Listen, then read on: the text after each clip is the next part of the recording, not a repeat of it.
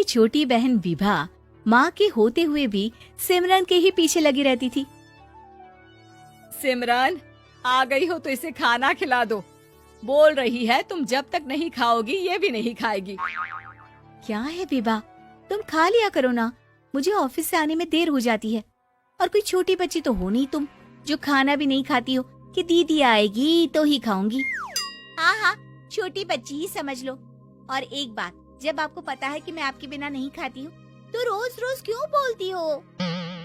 अरे क्या है ये, दोनों बहनें कम माँ बेटी ज्यादा लगती हो। अरे दीदी की शादी हो जाएगी तब क्या करेगी बोल? जब होगी तब की तब देखेंगे। मैं तो दीदी के साथ ही रहूंगी हमेशा। दोनों की शादी ऐसे घर में कर देंगे जहाँ दो भाई हो। खैर, मामला आया गया हो जाता है। एक दिन सिमरन के पापा जब घर आते हैं। तुम लोगों के लिए अच्छी खबर है। वर्मा जी है ना मेरे दोस्त, उन्होंने सिमरन बेटी के लिए रिश्ता बताया है। बहुत अच्छा लड़का है, सिमरन को भी पसंद कर लिया है और कल वो लोग आ रहे हैं सिमरन को देखने अपने घर। सिद्धांत अपने माता पिता के साथ सिमरन को देखने आता है। उसे सिमरन अच्छी लगती है और शादी तय हो जाती है। सिद्धांत की माँ कहती है, अब तो हम लोग ले जाएंगे जल्द ही अपनी सिमरन को यहाँ से। अरे हाँ हाँ, क्यों नहीं, आपकी ही है अब तो हमारी बेटी। दूर खड़ी विभा सब सुन रही होती है। अब तो दीदी की शादी हो जाएगी, फिर तो वो चली जाएंगी। दीदी के बिना मैं कैसे रहूंगी? कुछ न कुछ तो करना ही होगा जिससे दीदी की शादी ही ना हो। सभी के जाने के बाद क्या शादी के बाद दीदी हम लोगों के साथ नहीं रहेंगी? अरे नहीं तो फिर क्यों रहेगी, शादी हो जाएगी तो अपने घर चली जाएगी ना।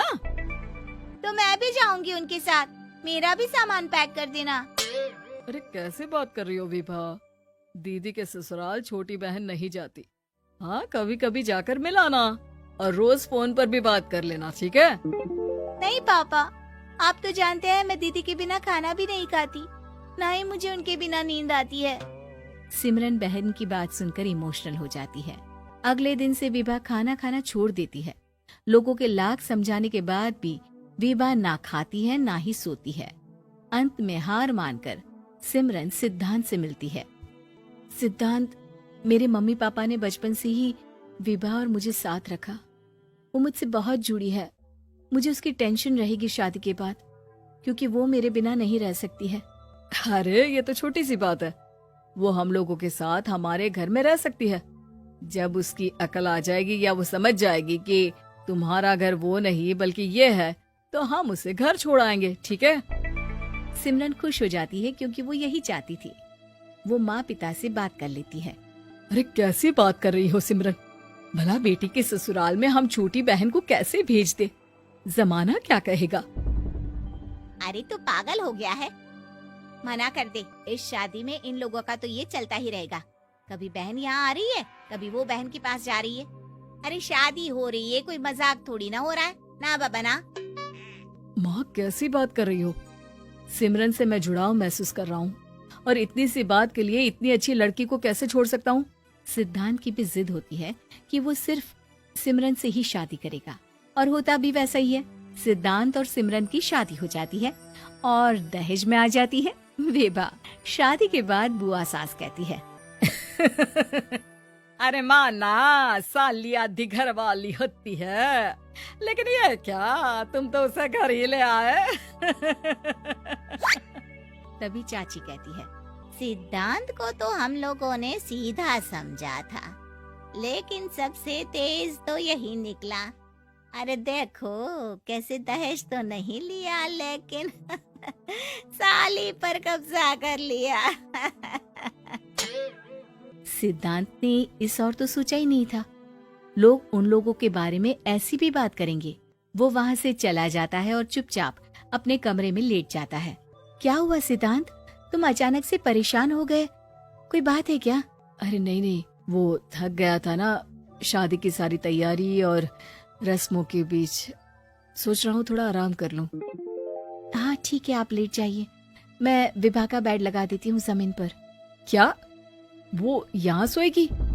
हाँ, बताया तो था कि उसे नींद नहीं आती मेरे बिना, तो तुम आराम से लेटो ऊपर, हम लोग नीचे बिछा लेते हैं। अरे नहीं नहीं, तुम दोनों आराम से लेटो ऊपर, मैं माँ पापा के रूम में जा रहा हूँ। सिद्धांत वहाँ से दूसरे कमरे में चला जाता है, जहाँ सिद्धांत के पिता उससे कहते हैं, क्या बात है बेटा, तू उस कमरे में क्यों नहीं सो रहा? बहू से लड़ाई हो गई है क्या शादी के पहले दिन ही? अब नहीं पापा, वो दोनों बहनों को बात करनी थी और मुझे नींद आ रही है, तो मैं यहाँ सोने चला आया। अगले दिन सिद्धांत तैयार होकर ऑफिस जाता है। ऑफिस में लंच के वक्त दोस्त कहता है, क्या बात है सिद्धांत, इतना सारा खाना एक ही दिन में? हाँ यार, वो सिमरन को खाना बनाने का शौक है तो उसी ने बनाया है। यार हम लोगों की तो सिर्फ एक ही बीवी है, इसकी तो दो है ना। सिद्धांत को गुस्सा आ जाता है। कैसी बात कर रहा है तू? अरे तू तो भाग्यशाली है जो बीवी के साथ साथ साली भी आ गई। अरे साली लोगों की तो आधी घरवाली होती है, तुझे तो पूरी की पूरी मिल गई। सिद्धांत का पारा अब 7वें आसमान में पहुंच जाता है। वो खड़ा होकर उस लड़के से लड़ने लगता है।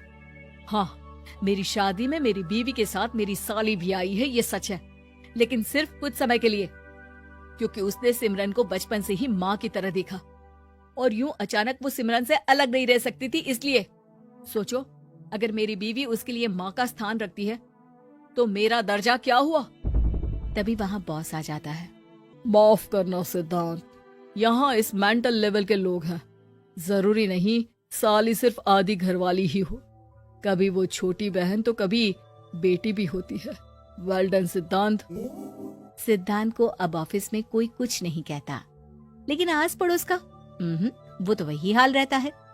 सिद्धांत ऑफिस से घर की ओर आ रहा होता है कि रास्ते में उसे अपनी कॉलोनी का दोस्त मिल जाता है।